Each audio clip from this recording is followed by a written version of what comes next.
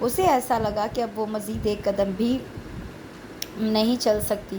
بمشکل خود کو سنبھالتی وہ ایک اونچے سے ٹیلے کے پیچھے چھپ کر بیٹھ گئی اور بڑی شدت کے ساتھ اپنے رب کو پکارنے لگی، یا اللہ، عزت سے بڑی کوئی چیز نہیں ہے، مجھے بچا لے، ان درندوں سے میرے گناہ معاف فرما دے۔ وہ سانس تک روک کر بیٹھی ہوئی تھی، پھر وہیں بیٹھے بیٹھے اس نے بہت سے انسانی چیخوں کی آوازیں سنی، 2-4 فائر بھی ہوئے، سناٹے کو چیرتی تمام آوازیں بخوبی سن رہی تھی۔ کیا وہ مجھے چھوڑ کر نہیں گیا؟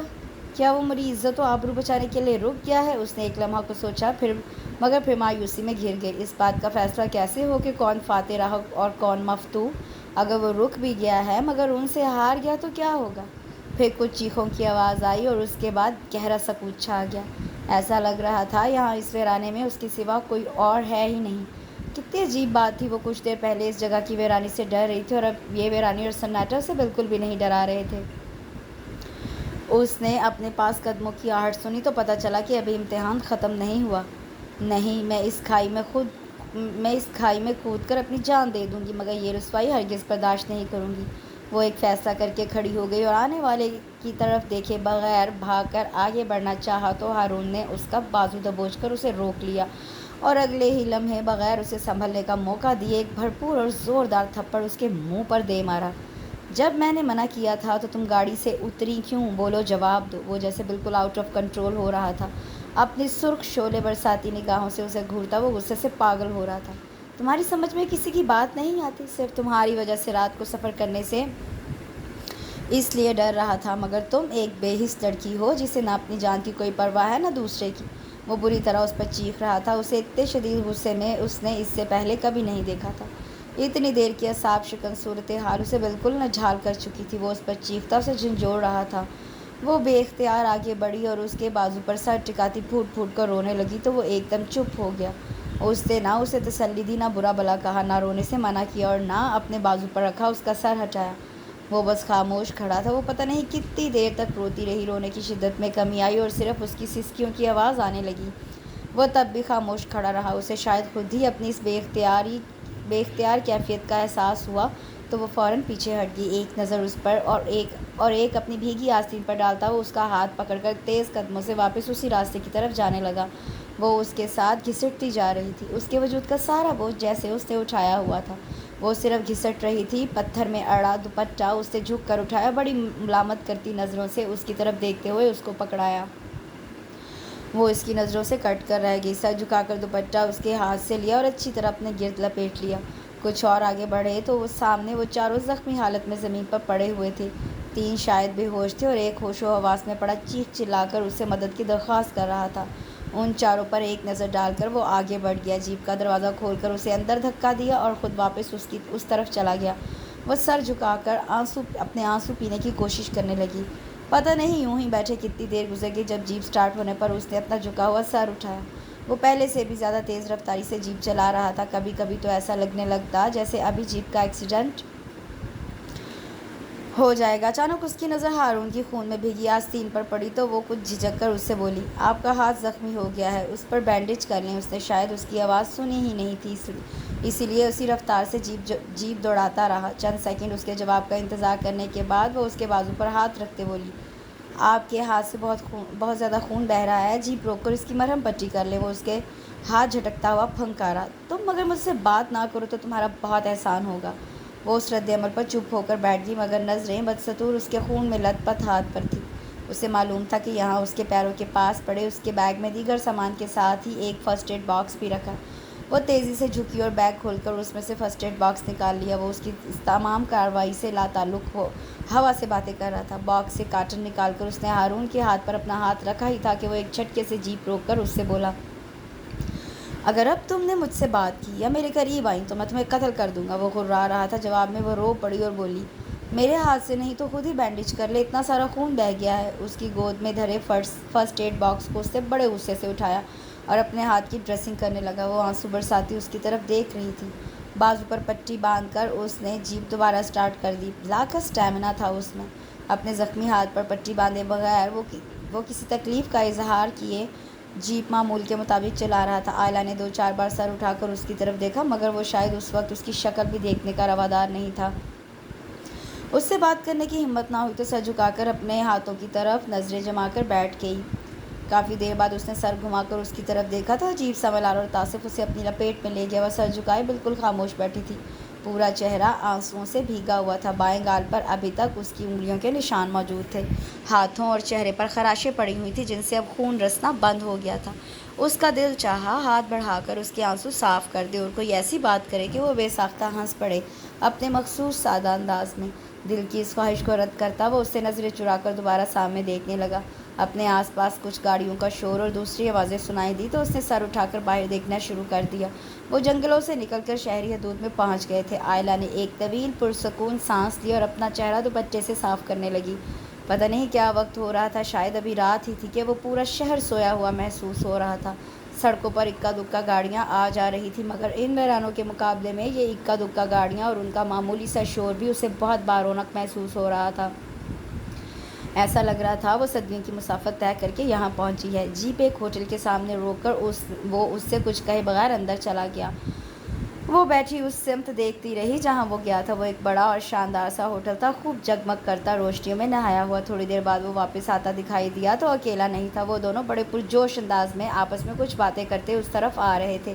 اس کے ساتھ چلتا وہ شخص چہرے پر خوشی اور ایکسائٹمنٹ کے تاثرات لیے اس سے آگے بڑھ گیا، جیسے اسے کوئی چیز دیکھنے کی بہت جلدی تھی۔ وہ تیز قدم اٹھاتا جیپ کی طرف آیا تو اسے دیکھ کر ٹھٹک کر رک گیا۔ چہرے پر حیرانی اور بے یقینی کے تاثرات صاف پڑے جا سکتے تھے۔ اس کے پیچھے چلتا وہ بھی جیپ کے پاس آ گیا اور اس کا معتجب انداز بھانپ کر بولا، یہ آئلہ ہیں؟ ہاں، وہ اتنی ہی مشہور و معروف شخصیت تھی، اس کے تعارف میں اتنا کہہ دینا تھا کہ وہ آئلہ ہے، مگر مقابل بھی اس کا دوست تھا۔ چہرے پر سے حیرانی کے تاثرات ہٹاتا بغیر کوئی اور سوال کیے یا کسی قسم کے تجسس کا اظہار کیے وہ اس کی طرف دیکھ کر بڑی رواداری اور شائستگی سے مسکرایا اور بولا، بڑی خوشی ہوئی آپ سے مل کر۔ جواب میں اسے بھی اخلا کر مسکرانا پڑا۔ اس کی طرف سے توجہ ہٹائے اب وہ دونوں پچھلی نشست کی طرف متوجہ ہو چکے تھے۔ اس کے دوست کی خوشی دیدنی تھی۔ وہ بڑے بھاری قسم کے تعریفی الفاظ میں اپنے دوست کو خراج تحسین پیش کر رہا تھا، اس کی بہادری اور مستقل مزاجی کو سراہ رہا تھا۔ پھر وہ دونوں جیپ سے کچھ ہٹ کر آپس میں کوئی بات کرنے لگے۔ آئلہ نے سنا وہ کہہ رہا تھا، تم اس کا انتظام کرو، مجھے ابھی نیروبی جانا ہے، آگے کا پروگرام بعد میں طے کریں گے۔ وہ بڑی عجلت میں نظر آ رہا تھا۔ پاگل ہو گئے ہو، اتنی لمبی ڈرائیو کر کے آئے ہو، تھوڑا سا ریسٹ کر لو، کم از کم کچھ کھا پی ہی لو، کتنے تھکے ہوئے لگ رہے ہو، کتنے بجے چلے تھے وہاں سے؟ وہ شاید اس سے بہت محبت کرتا تھا، بالکل ماؤں کی طرح اس کے لیے فکر مند ہو رہا تھا۔ وہ اس کی بات پر مسکرایا اور بولا، کھانے پینے کا بالکل بھی ٹائم نہیں ہے، مجھے جلد از جلد نیروبی پہنچنا ہے، ویسے 11 بجے چلے تھے ہم لوگ وہاں سے۔ ہم لوگ کے الفاظ پر اس شخص نے بڑی بے ساختگی سے اس کی طرف دیکھا اور فوراً ہی اس پر سے نظریں ہٹا کر بولا، بہت دیر نہیں لگ گئی تمہیں پہنچنے میں، کس طرف سے آئے ہو؟ وہ بدستور اس کے لیے فکر مند تھا، بس وہ جیپ راستے میں خراب ہو گئی تھی، وہاں کافی دیر لگ گئی۔ وہ بڑے لاپرواہ انداز میں بولا، خیر جو بھی ہو، ایسے تو میں تمہیں نہیں جانے دوں گا، نیروبی کہیں بھاگا نہیں جا رہا، کچھ کھا پی لو پھر چلے جانا۔ وہ بڑی قطعیت سے بولا تو وہ بڑی بے بس نظروں سے اس کی طرف دیکھتا ہوا بولا، پیٹر دیر ہو جائے گی، ہو جائے میری بلا سے، تم اندر چلو۔ اسے مکمل طور پر نظر انداز کیے وہ آپس میں مصروف تھے، اس کا وجود کہیں پس منظر میں چلا گیا تھا۔ وہ شاید اس کے مجبور کرنے پر زبردستی وہاں رکنے پر رضامند ہو گیا تھا۔ آؤ اندر چلو۔ وہ اس کے پاس آ گیا جبکہ اس کا دوست دور کھڑا ان دونوں کی طرف بغور دیکھ رہا تھا۔ اس کے حکم پر بغیر کوئی چوں چرا کیے وہ دروازہ کھول کر باہر نکل آئی۔ ان دونوں کے ساتھ اس شاندار ہوٹل کے ریسیپشن کے پاس سے گزرتے اسے اپنا حلیہ بڑا آکورڈ سا لگا، گرد و غبار میں اٹا چہرہ، بالوں کی بکھری الجھی لٹیں اور زخمی ہاتھ پاؤں۔ اس سے خامخواہ بالوں پر ہاتھ پھیر کر جیسے انہیں سنوارنے کی کوشش کی۔ وہ اس سے مسلسل شکار اور جنگل کے حوالے سے باتیں کر رہا تھا، اس سے اس کارنامے کی تفصیل سن رہا تھا۔ وہ خاموشی سے اپنے برابر چلتے شخص کے جوتوں پر نظریں جمائی ہوئی تھی جو بظاہر اس وقت اس سے لا تعلق نظر آ رہا تھا۔ اس کی رفتار سست پڑی تو وہ بھی آہستہ قدموں سے چلنے لگا اور اس کے برابر چلتا اس کا دوست بھی سست رفتاری سے چلنے لگا۔ لفٹ میں آ کر وہ دونوں بھی خاموش ہو گئے تھے۔ اسے ایسا لگا کہ اس کا دوست بڑی گہری نگاہوں سے اس کی طرف دیکھ رہا ہے۔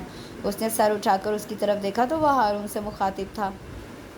ایک صاف ستھرے اور عمدہ فرنیچر سے آراستہ بڑے سے کمرے میں وہ لوگ داخل ہوئے تو پیٹر اس سے بولا، تم لوگ بیٹھو، میں ان دونوں کو بلا کر لاتا ہوں، بلکہ بلا کر کیا، جگا کر لاتا ہوں۔ وہ ہنستا ہوا باہر نکلنے لگا تو ہارون فوراً بولا، بھائی مروا مت دینا، عبداللہ کو جگانا کسی مردے کو اٹھانے کے مترادف ہے، کبھی ہم یہیں بیٹھے رہ جائیں۔ وہ بڑے اچھے موڈ کے ساتھ ہنستے ہوئے اس سے بولا تو وہ کہکا لگا کر باہر نکل گیا۔ بیٹھ جاؤ، اس کی آواز پر آئلہ نے اس کی طرف دیکھا تو وہ بڑے بے تکلفانہ انداز میں بستر پر نیند دراز اسے ہی دیکھ رہا تھا۔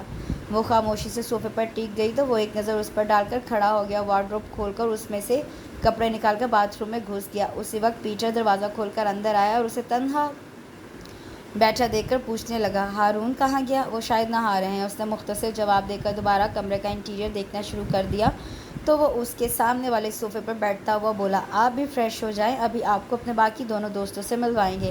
ہمارا 4 دوستوں کا گروپ ہے، میں اور ہارون تو خیر بچپن کے دوست ہیں، عبداللہ اور مائیکل سے ہماری دوستی شکار کے حوالے سے اتفاقاً ایک جنگل میں ہوئی تھی۔ بڑی عجیب دوستی ہے ہماری، پورا سال ہم لوگ ایک دوسرے سے نہیں ملتے کہ سب الگ الگ دیسوں کے باسی ہیں، مگر ہمارے درمیان یہ خاموش معاہدہ ہے کہ سال کے ان دنوں میں ہم آپس میں ملتے ہیں اور شکار کھیلتے ہیں، باقی سال صرف ایک دوسرے سے فون پر یا انٹرنیٹ کے ذریعے رابطہ رہتا ہے۔ وہ بڑے دوستانہ انداز میں اس سے باتیں کر رہا تھا، انداز میں بے حد شائستگی اور مخاطب کے لیے احترام موجود تھا۔ وہ تولیے سے سر رگڑتا باہر نکلا تو پیٹر سے بولا، اب اگر روک ہی لیا ہے تو جلدی سے کچھ کھانے پینے کا انتظام بھی کرو، بڑی زبردست بھوک لگ رہی ہے۔ وہ ہنستا ہوا کھڑا ہو گیا اور بولا، بڑا احسان کیا ہے میرے اوپر رک کر، ایک تو تمہاری محبت میں بول رہا تھا، پوچھو ان دونوں سے اتنے دنوں چرچ جا کر کتنی مرتبہ تمہاری زندہ سلامت واپسی کے لیے دعائیں مانگی ہیں۔ جواب میں وہ بھی ہنسنے لگا۔ آئلہ خاموشی سے محبت کا یہ مظاہرہ دیکھ رہی تھی۔ وہ باہر نکل گیا تو ہارون ڈریسنگ ٹیبل کے آگے کھڑا ہو کر بال بنانے لگا۔ میرا خیال ہے کہ آپ بھی مراقبے سے نکل آئیے اور منہ ہاتھ دھو لیجیے۔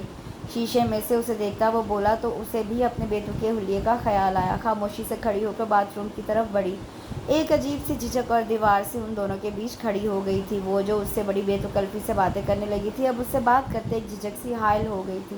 بڑے سے اسٹائلش باتھ روم کے قد آدم آئینے میں خود کو پتہ نہیں کتنے روز بعد دیکھا تو اپنی شکل اسے خود ہی نہیں پہچانی گئی۔ وہ جو بڑی اپ ٹو ڈیٹ اور نقص سی تیار درست رہا کرتی تھی، اس وقت عجیب و غریب سی کوئی مخلوق نظر آ رہی تھی۔ خوب اچھی طرح رگڑ رگڑ کر منہ دھویا اور اپنی اصل شکل واپس لانے کی کوشش کی۔ وہیں رکھے برش سے بال بنائے۔ 10-15 منٹ کی جد و جہد کے بعد چہرہ کچھ جانا پہچانا اور اپنا اپنا سا لگا تو اس نے سکون کا سانس لیا۔ اس کے دوستوں سے بھوت بن کر ملنے کا اسے کوئی شوق نہیں تھا۔ اتنے خوبصورت گہرے نیلے رنگ کے ٹائل اور بڑے سے ٹب والے باتھ روم میں اس کا نہانے کا دل چاہ رہا تھا۔ اپنی اس خواہش کو دباتی باہر نکلی تو وہ آنکھیں بند کیے بیڈ پر لیٹا نظر آیا۔ وہ خاموشی سے دوبارہ صوفے پر ٹک گئی، اس کی آمد سے بے نیاز وہ ویسے ہی پڑا رہا۔ اسی وقت ہلکی سی دستک دے کر پیٹر اور اس کے پیچھے 2 اور افراد اندر داخل ہوئے تو وہ ساری بے نیازی بھول بھال کر اٹھ کھڑا ہوا اور اپنے دوستوں سے ملنے لگا۔ ملنے ملانے کا سلسلہ تمام ہوا تو ان دونوں کی نظریں اس پر پڑی۔ اس کی نگاہوں میں پیٹر کی طرح حیرانی نہیں تھی، شاید وہ اس کے بارے میں انہیں بتا کر لایا تھا۔ پیٹر نے ایک اچھے میزبان کی طرح تعارف کروانے کی رسم ادا کی۔ یہ عبداللہ ہے، پیشے کے اعتبار سے بہت مشہور و معروف کاروباری شخصیت، شکار بطور شوق اپنایا ہوا ہے، شام ان کا وطن ہے اور آپس کی بات ہے یہ بہت اچھے اور ماہر کک بھی ہیں۔ ہماری شکاری مہمات میں یہ ہم لوگوں کو مزیدار کھانے پکا کر کھلاتے ہیں۔ وہ اس کے سامنے کھڑے بندے کی طرف اشارہ کر کے تعارف کروا رہا تھا۔ آئلہ نے اس بندے کی طرف دیکھا، وہ بھی پیٹر کی طرح شائستہ اور مہذب نظر آیا۔ اور یہ جناب مائیکل ہیں، انگلینڈ کے رہنے والے، ہم سب میں صرف یہی پروفیشنل شکاری ہیں، باقاعدہ لائسنس یافتہ۔ اس لیے جنگلات اور شکاریات کے موضوع پر ان کا علم اور معلومات ہماری بہت رہنمائی کرتی ہے۔ ہارون اس تعارفی پروگرام سے لا تعلق دوبارہ بیڈ پر بیٹھ گیا تھا، جبکہ باقی افراد ابھی تک کھڑے ہوئے تھے۔ اسی وقت بیرا خوب لدا پھندا اندر چلا آیا اور ٹیبل پر انواع و اقسام کا کھانا سجانے لگا۔ وہ تینوں اس کے سامنے رکھے صوفے پر بیٹھ گئے۔ بیرا مزید احکامات لے کر کمرے سے چلا گیا تو پیٹر اس سے بولا، تم وہاں کہاں پڑے ہوئے ہو، ادھر آؤ۔ اس کے بلانے پر وہ لمبی سی جماہی لیتا اٹھ کر یہیں آ گیا اور آئلہ سے کچھ فاصلے پر اسی صوفے پر بیٹھ گیا۔ درمیان میں رکھی ٹیبل پر ڈھیروں لوازمات سجے تھے۔ وہ کوئی شرم و حیا کی ماری دبو قسم کی لڑکی نہیں تھی، شروع ہی سے کو ایجوکیشنز میں پڑھا تھا، مگر اس وقت اتنے سارے مردوں کے درمیان اسے اپنا وجود بڑا عجیب سا لگ رہا تھا۔ اپنے اعتماد کو بحال کرنے کی کوشش کر ہی رہی تھی جب اس نے پیچھے کی آواز سنی، آپ لیجئے نا۔ وہ اس کے ہاتھ میں پلیٹ پکڑا رہا تھا۔ آئلہ نے شکریہ کے ساتھ پلیٹ تھام لی۔ ہارون بڑے بے تکلف انداز میں پہلے ہی شروع ہو چکا تھا۔ اس نے تکلفاً تھوڑا آملیٹ اپنی پلیٹ میں ڈالا اور کانٹے سے اس کے ٹکڑے کرنے لگی۔ وہ تینوں بھی کھانے لگے۔ آپ نے میرے بارے میں تو پوچھا ہی نہیں، پیٹر نے اس سے کہا۔ اس کے جواب دینے سے پہلے ہی عبداللہ بول پڑا، تم کسی کو بولنے کا موقع دو تو کوئی بولے، اور تمہارا تعارف تم سے بہتر میں کروا سکتا ہوں۔ اسے جواب دیتا وہ آئلہ کی طرف متوجہ ہوا، مس آئلہ، یہ ہیں پیٹر، سوئٹزرلینڈ کے خاصے غیر معروف کیمیکل انجینئر۔ اپنے طور پر خود کو بہت کچھ سمجھتے ہیں جس سے ہم لوگوں کا اتفاق کرنا ہرگز ضروری نہیں ہے۔ خیر سے ان کی منگنی ہو چکی ہے اور ان کی منگیتر جولی نے اس وقت تک شادی نہ کرنے کی قسم کھائی ہے جب تک یہ شکار وغیرہ جیسے فضول کام چھوڑ نہ دے۔ اسی چکر میں 3 سال سے ان کی شادی التوا میں پڑی ہوئی ہے۔ وہ بڑا ہنسمکھ سا تھا۔ پیٹر کے گھورنے کے باوجود اس نے اپنی بات مکمل کی تھی۔ ہلکی سی مسکراہٹ اس کے لبوں کو چھو گئی۔ اس وقت بیرا چائے کی ٹرے اٹھائے چلا آیا۔ عبداللہ نے ٹرے اس کے ہاتھ سے لے کر آئلہ کے سامنے رکھتے ہوئے کہا، میرا خیال ہے کہ یہ کسی خاتون کا بنیادی حق ہوتا ہے کہ ان کی موجودگی میں کوئی اور چائے نہ بنائے۔ وہ بڑی بے تکلفی سے بولتا، شاید اس کی جھجک کم کرنا چاہ رہا تھا۔ اسے وہ سب بہت اچھے لگے تھے، پڑھے لکھے، مہذب اور شائستہ اطوار کے مالک۔ وہ اپنی پلیٹ رکھ کر کپوں میں چائے ڈالنے لگی۔ عبداللہ پیٹر سے کسی بات پر بحث کر رہا تھا۔ ایک تو مجھے آج آدھی رات کو سوتے سے اٹھا دیا، اوپر سے برائی پھر بھی مجھے ہی ملنی تھی۔ وہ پتہ نہیں کس موضوع پر بات کر رہے تھے۔ 4:30 بجے کو تم آدھی رات کہہ رہے ہو؟ مائیکل نے اسے گھورا تو وہ آئلہ کی طرف دیکھ کر بولا، آپ کا کیا خیال ہے 4:30 بجے صبح ہو جاتی ہے؟ وہ شاید سونے کا بہت ہی شوقین تھا۔ جواب میں وہ صرف مسکرا ہی سکی اور سب سے پوچھ کر ان کے کپوں میں چینی ڈال کر سرو کرنے لگی۔ سب سے آخر میں اس نے اپنے برابر بیٹھے شخص کی طرف کپ سرکا دیا بغیر چینی ملائے اور پھر خود بھی کپ اٹھا کر لبوں سے لگا لیا۔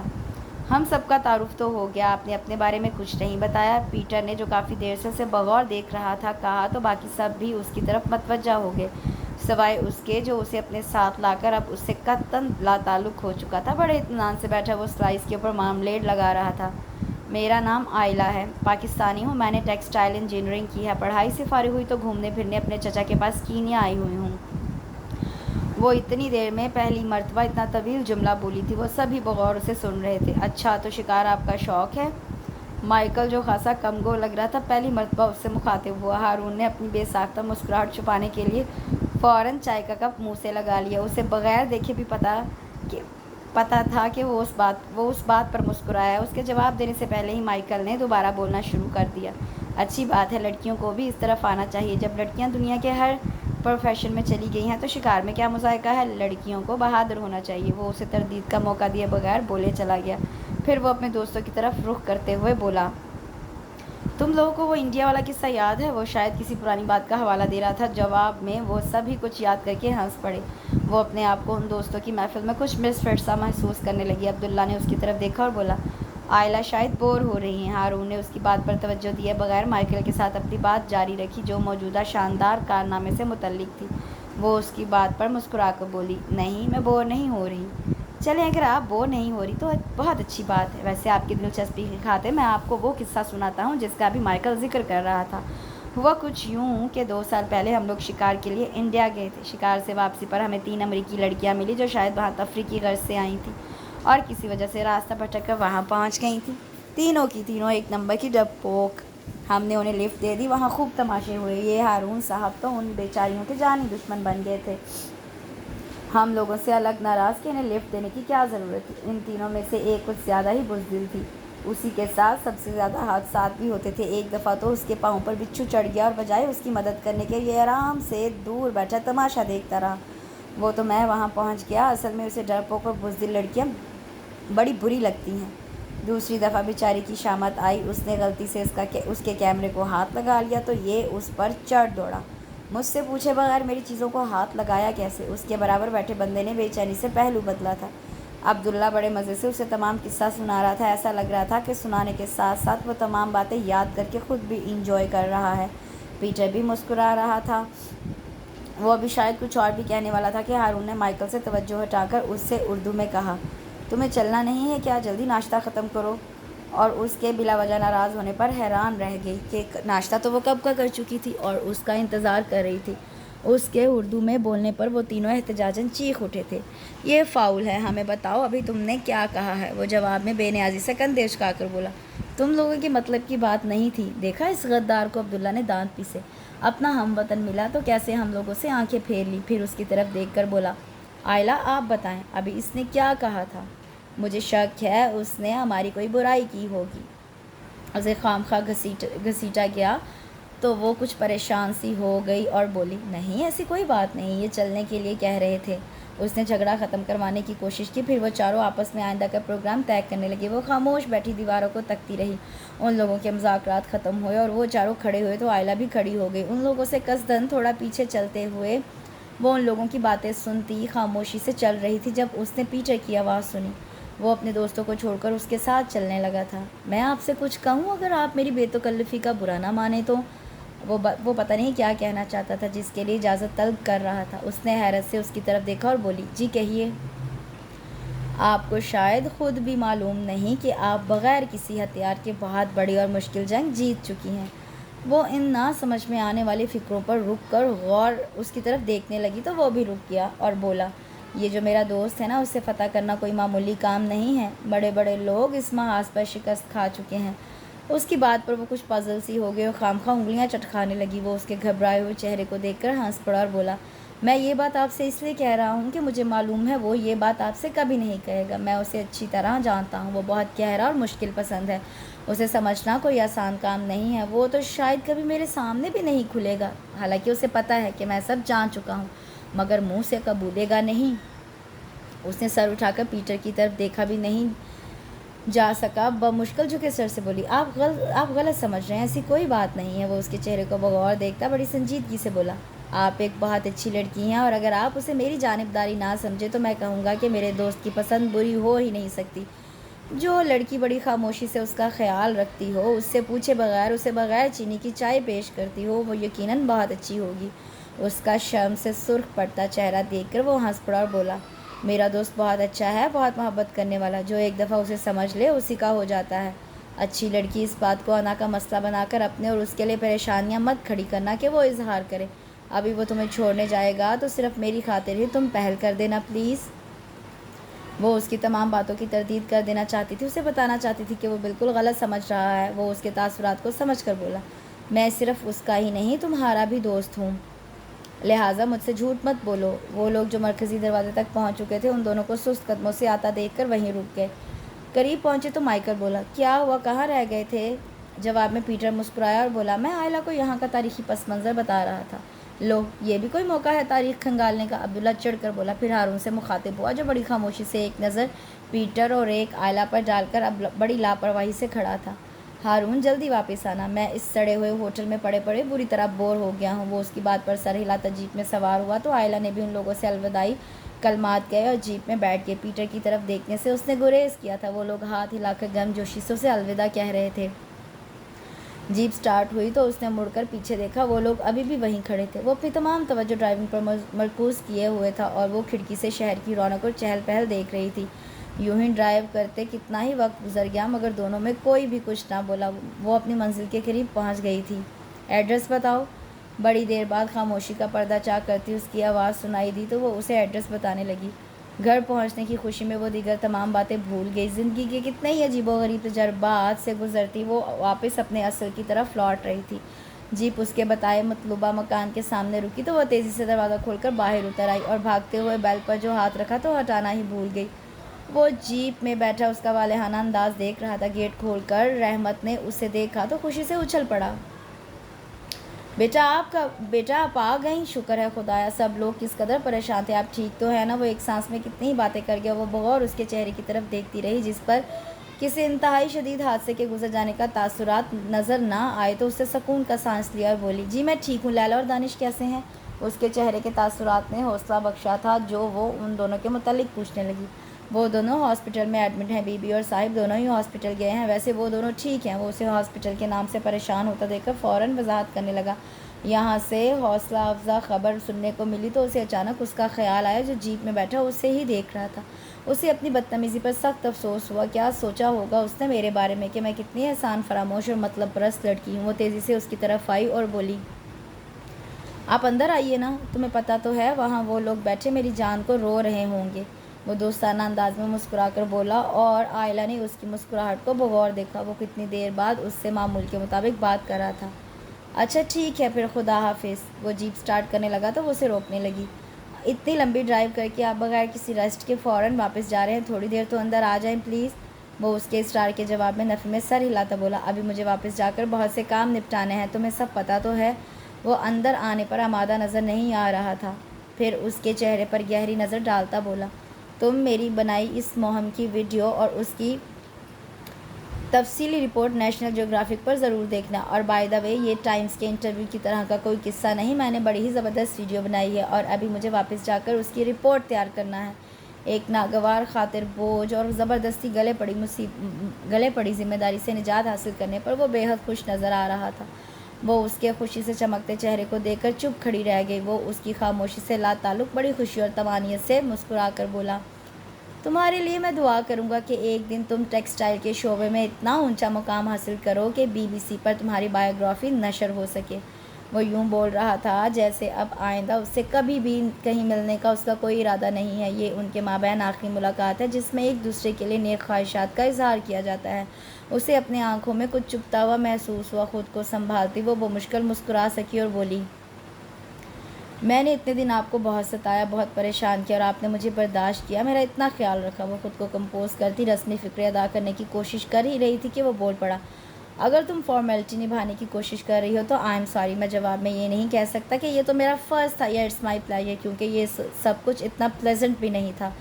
وہ اپنے مخصوص منہ پھٹ انداز میں ہنستے ہوئے بول رہا تھا، اپنا خیال رکھنا اور آئندہ تفریحی دوروں پر نکلتے وقت جگہ کا انتخاب سوچ سمجھ کر کرنا، خدا حافظ۔ اس کا جواب سنے بغیر وہ جیپ سٹارٹ کرتا تیز رفتاری سے آگے بڑھ گیا۔ وہ پیچھے کھڑی اپنے سے لمحہ بلمحہ دور ہوتی جیپ کو دیکھ رہی تھی۔ تو پھر یہ طے ہے کہ یہ چہرہ اب مجھے عمر بھر کبھی نظر نہ آئے گا۔ ہر چہرے میں اس چہرے کی شبیہ ڈھونڈوں گی اور وہ چہرہ دنیا کے ہجوم میں کھو جائے گا، میں اسے کبھی تلاش نہیں کر پاؤں گی۔ وہ تھکے تھکے قدموں سے اندر چلی آئی۔ اس کا صدقہ اتارا گیا، شکرانے کے نوافل ادا کیے گئے، اس کی زندہ سلامت بخیر و عافیت واپسی پر سب نے شکر ادا کیا تھا، خاص طور پر چچی جان، جنہیں پرائی بچی کی فکر کھائے جا رہی تھی۔ اپنی بیٹی اور داماد سے زیادہ انہیں اس کی فکر تھی۔ وہ تو خیر گزری جو اتنے دنوں میں پاکستان سے کوئی فون وون نہیں آیا، ورنہ تمہارے بارے میں کیا کہتی۔ چچی جان گزرے واقعات پر ابھی تک شاک کی کیفیت میں تھی۔ لیلا اور دانش کی کافی شدید چوٹیں آئی تھیں۔ بیٹی کو اتنے برے حالوں میں پڑے دیکھ کر چچی جان نے فی الوقت ڈانٹ پھٹکار کا پروگرام ملتوی کر دیا تھا، مگر یہ خاموشی کسی طوفان کا پیش خیمہ ہے، یہ بات آئلہ اچھی طرح جانتی تھی، اور اس کے خیالات کی تصدیق چچی جان نے اس روز ہاسپٹل سے گھر واپس آتے وقت گاڑی میں کر دی۔ بہت ہو گئی اس لڑکی کی بے سروپا حرکتیں، خود تو خود سری دکھاتی ہے، دوسروں کو بھی اپنے ساتھ مروانے میں کوئی کسر نہیں چھوڑتی۔ بس اب اس کی رخصتی کروا رہی ہوں میں، پھر یہ جانے اور اس کے سسرال والے، چاہے تو خلاؤں پر جائے یا سمندر کی تہہ میں میری بلا سے۔ اگر تمہیں کچھ ہو جاتا تو میں اور تمہارے چچا میاں تو بھابھی اور بھائی جان کو منہ دکھانے کے قابل بھی نہ رہتے۔ وہ لیلا کی حمایت میں کچھ بول کر ان کے غصے کو دوآتشا نہیں کرنا چاہتی تھی، اس لیے چپ بیٹھی ان کا غصہ ملاحظہ کرتی رہی۔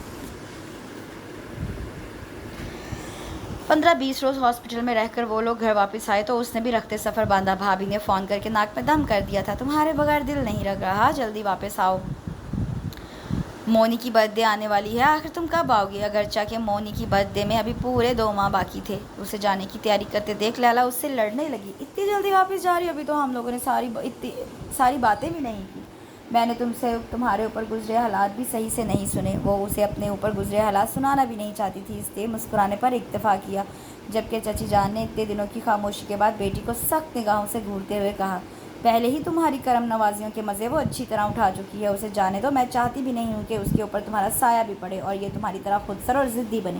اس بار کیونکہ معاملہ زیادہ ہی سنگین ہو گیا تھا، چنانچہ چچا میاں بھی چچی جان کے ہمنوا نظر آ رہے تھے، اور لیلا بیچاری کی عنقریب آنے والی شامت کا سوچ کر اسے ابھی سے ہنسی آ رہی تھی۔ روانگی سے قبل اکیلے میں چچی جان نے اسے سمجھایا تھا، ہمارے ہاں کے لوگوں کی ذہنیت بہت خراب ہے، ان تمام باتوں کا ذکر لیلا سمیت کسی سے بھی مت کرنا، لڑکیوں کے لیے کوئی معافی نہیں ہوتی، ذرا سی بات ان کے کردار پر دھبا بن جاتی ہے، بھابھی کو بتانا چاہو تو بتا دینا، باقی نہ کسی دوست کو نہ کسی اور کو۔ وہ چچی جان کو پہلے ہی روز اپنے جنگل میں قیام اور ہارون کے بارے میں مختصر لفظوں میں بتا چکی تھی، ان کی بات اس نے پلو سے باندھ دی، اور کسی اور سے تو کیا، امی سے بھی ان تمام واقعات کا کوئی ذکر نہیں کیا۔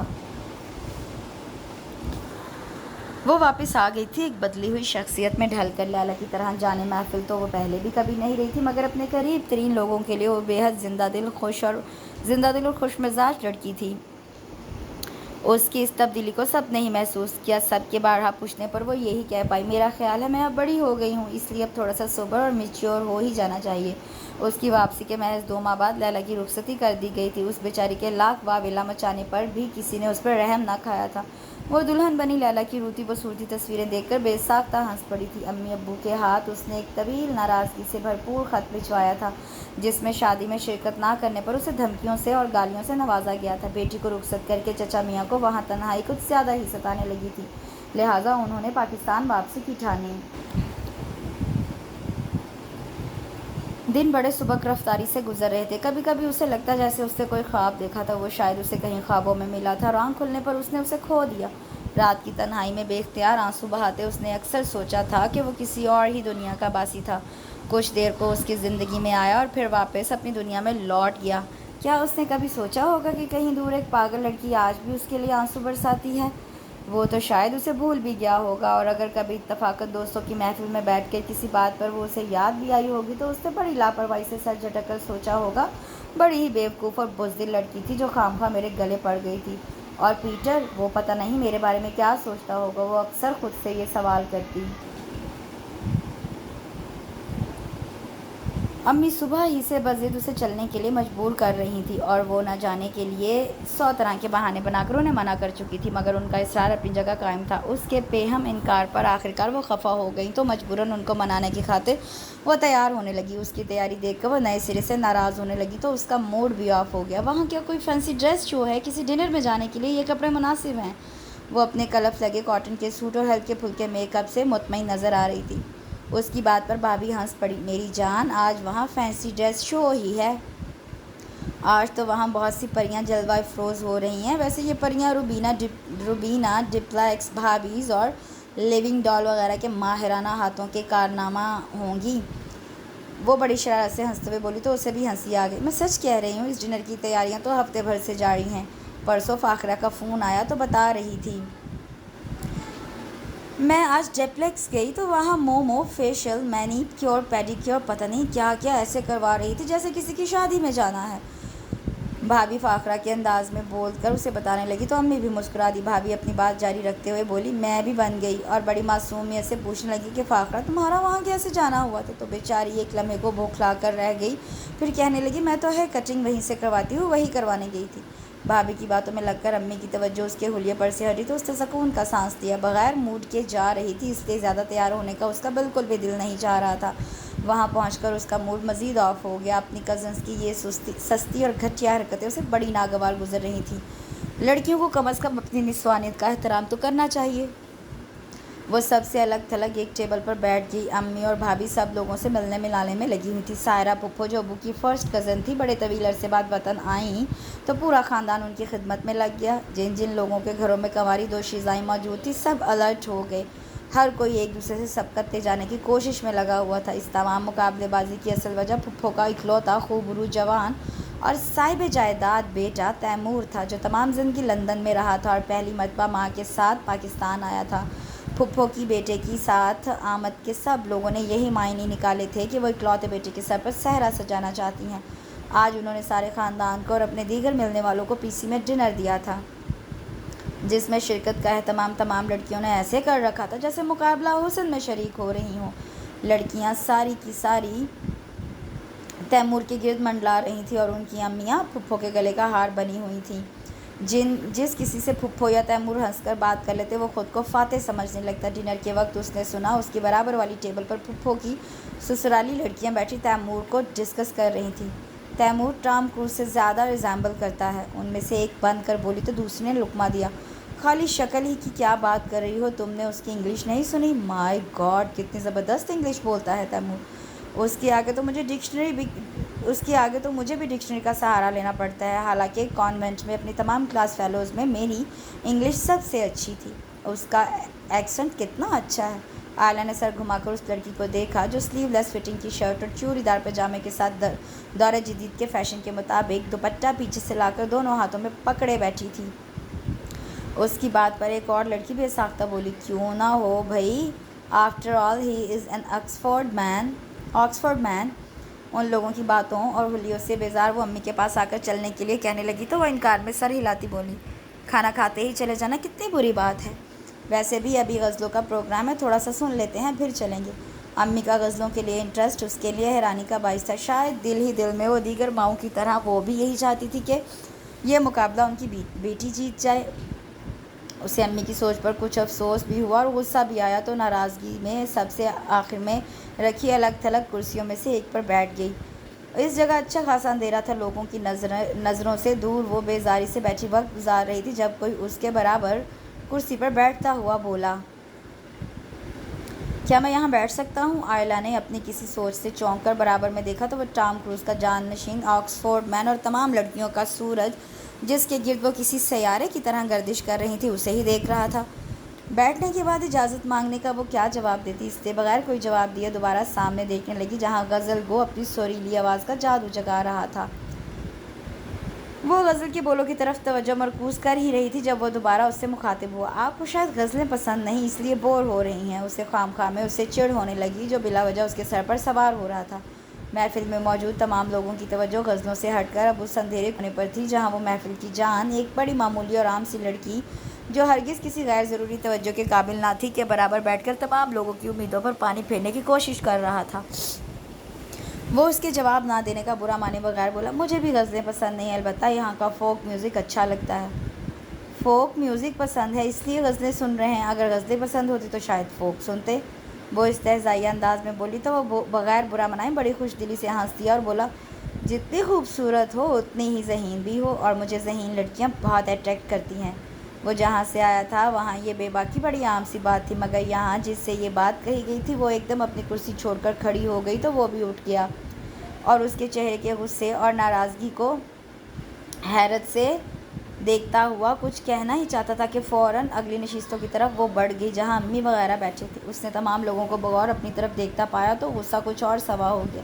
تمام لوگوں کے چہرے بجھے بجھے نظر آ رہے تھے۔ وہ لڑکیاں جو کچھ دیر پہلے بہت چہک رہی تھیں، روانی سے اپنی تمام گفتگو انگلش میں کر رہی تھیں، اب جیسے اس جگہ سے بیزار سی ہو گئی تھیں۔ انگلش کی جگہ دوبارہ اردو نے لے لی تھی۔ وہ امی سے واپسی کے لیے بضد ہوئی تو انہیں اس کی مانتے بنی۔ اگلا دن پورے خاندان کی لڑکیوں کے لیے بہت بڑا صدمہ لے کر آیا تھا۔ پھپھو اپنے لاڈلے کے لیے اس کا رشتہ مانگنے آئی تھیں۔ امی کے پاؤں زمین پر نہیں ٹک رہے تھے۔ لاڈلی بیٹی کے لیے جیسا شریک سفر انہوں نے سوچا تھا وہ اس سے بھی بڑھ کر تھا۔ بھابھی اسے گدگدا رہی تھیں، چھیڑ رہی تھیں، اچھا تو جان کر اتنے سادہ حلیے میں گئی تھی تاکہ دوسروں سے منفرد نظر آ سکو۔ امی ابو نے رسمی طور پر سوچنے کے لیے وقت مانگا تھا، جس کے بارے میں سب کو ہی یقین تھا کہ جواب ہاں میں ہی ہونا ہے۔ اس نے بھابھی کے سامنے اس رشتے سے انکار کیا تو وہ اسے ایسے دیکھنے لگی جیسے اس کی دماغی حالت پر شک ہو۔ تم پاگل واگل تو نہیں ہو گئی؟ ارے خوش قسمتی تمہارے دروازے پر دستک دے رہی ہے اور تم بیوقوفی کی باتیں کر رہی ہو۔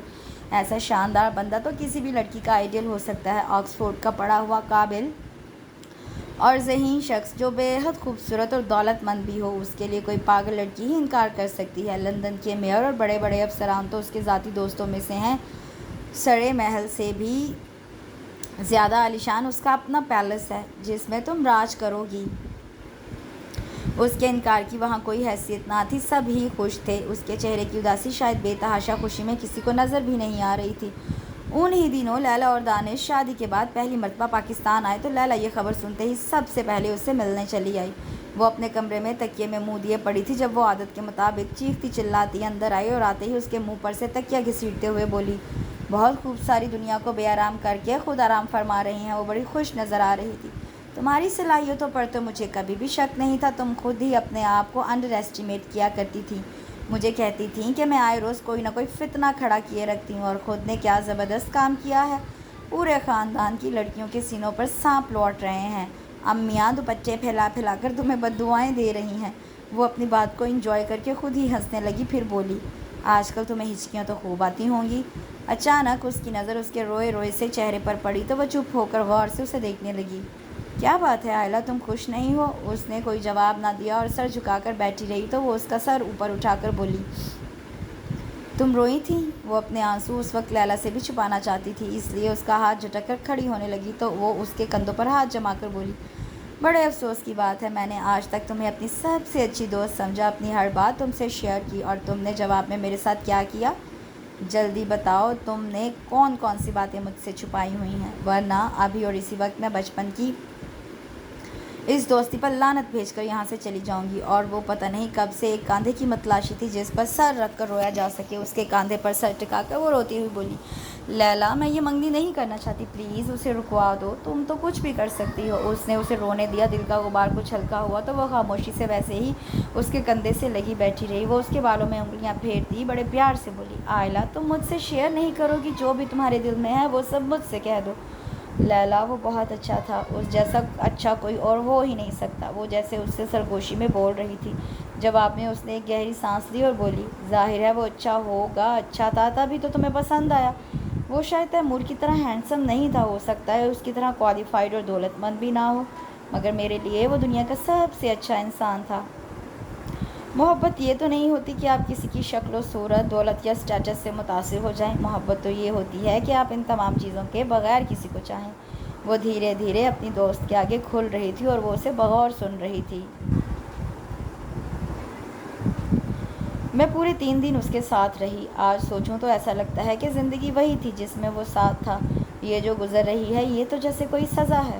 وہ جیسے کہیں کھو سی گئی تھی۔ لیلا نے اسے ٹوکا نہیں، خود سے کچھ پوچھا بھی نہیں، بس خاموشی سے اسے سنتی رہی۔ بظاہر بہت اکھڑ اور بے مہر، مگر در حقیقت بہت حساس اور ہمدرد۔ وہ عام لوگوں جیسا نہیں تھا، وہ شاید اس دنیا کا باسی ہی نہیں تھا۔ ایک ویران جنگل میں تنہا اس کے ساتھ رہی۔ اس کی دسترت میں کون تھا وہاں اسے روکنے والا؟ وہ جو چاہے میرے ساتھ سلوک کرتا، مگر اس نے کبھی ایک مرتبہ بھی میری طرف آلودہ نظروں سے نہیں دیکھا۔ اس کی نگاہوں میں میں نے اپنے لیے ہمیشہ احترام اور پاکیزگی دیکھی۔ کیا کوئی اور ایسا ہو سکتا ہے اتنا باکردار اور شریف النفس؟ کون لگتی تھی میں اس کی؟ کچھ بھی نہیں، مگر وہ میری حفاظت یوں کرتا جیسے میں کوئی کانچ کی گڑیا ہوں جو ذرا سی ٹھیس لگنے سے کرچی کرچی ہو جائے گی۔ کوئی کسی کے لیے اپنی جان کو خطرے میں نہیں ڈالتا۔ اس نے اپنی جان پر کھیل کر میری حفاظت کی، اس طرح جیسے میں اس کی ذمہ داری ہوں۔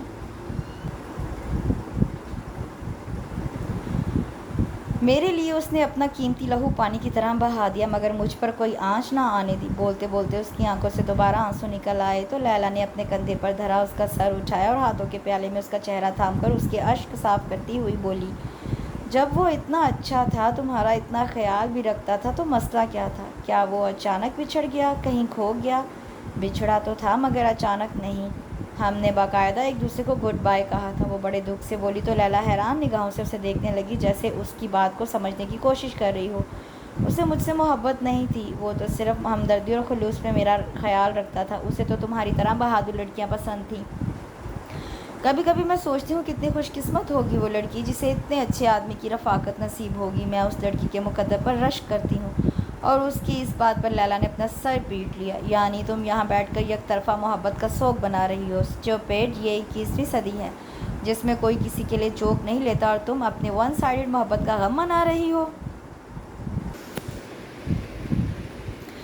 لیلا کی اس بات پر وہ جیسے بھپر گئی تھی۔ کیا ہے یہ 21ویں صدی؟ کیا 21ویں صدی کے انسان کو چوٹ لگے تو درد نہیں ہوتا؟ کیا 21ویں صدی کا انسان خوشی، دکھ، درد، غم، حسد، رشک، انتقام میں محبت اور نفرت، ان تمام جذبات سے دستبردار ہو گیا ہے؟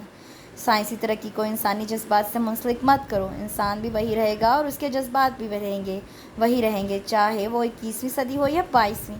وہ اس کے مقررانہ انداز پر ہنس پڑی اور بولی، اوکے، آئی ایگری، تمہاری بات درست ہے، مگر تم یہ تو کر سکتی تھی کہ اس سے اپنی محبت کا اظہار کر دیتی۔